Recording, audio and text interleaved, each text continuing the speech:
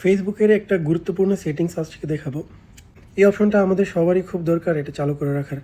আপনারা যারা জানেন না তাদের জন্য খুবই উপকারী হবে, যেটাকে বলে সেলফি ভেরিফিকেশন।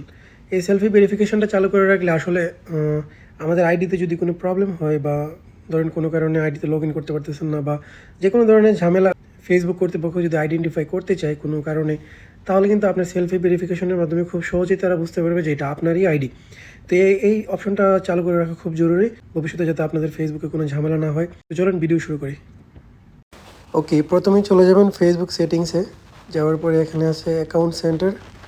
অ্যাকাউন্ট সেন্টারে ক্লিক করার পরে এখানে পাসওয়ার্ড অ্যান্ড সিকিউরিটিতে যান। যাওয়ার পরে দেখেন এখানে নাম্বার 3 আছে ভেরিফিকেশন সেলফি, এটাতে ক্লিক করেন। করার পরে আপনি অ্যাকাউন্ট সিলেক্ট করেন, করার পরে নেক্সট। এখন নেক্সটে ক্লিক করার পরে আপনার ফোন বা ইমেল যেটা দিয়ে ফেসবুক লগ ইন করে রাখছেন এটাতে একটা কোড যাবে। কোডটা দেওয়ার পরে কন্টিনিউ করবেন। কন্টিনিউ করার পরে আবার নেক্সট। তো নেক্সটে দেওয়ার পরে এখন স্টার্ট সেলফি। তো স্টার্ট সেলফিতে ক্লিক করার পরে আপনার ক্যামেরাটা অন হয়ে যাবে।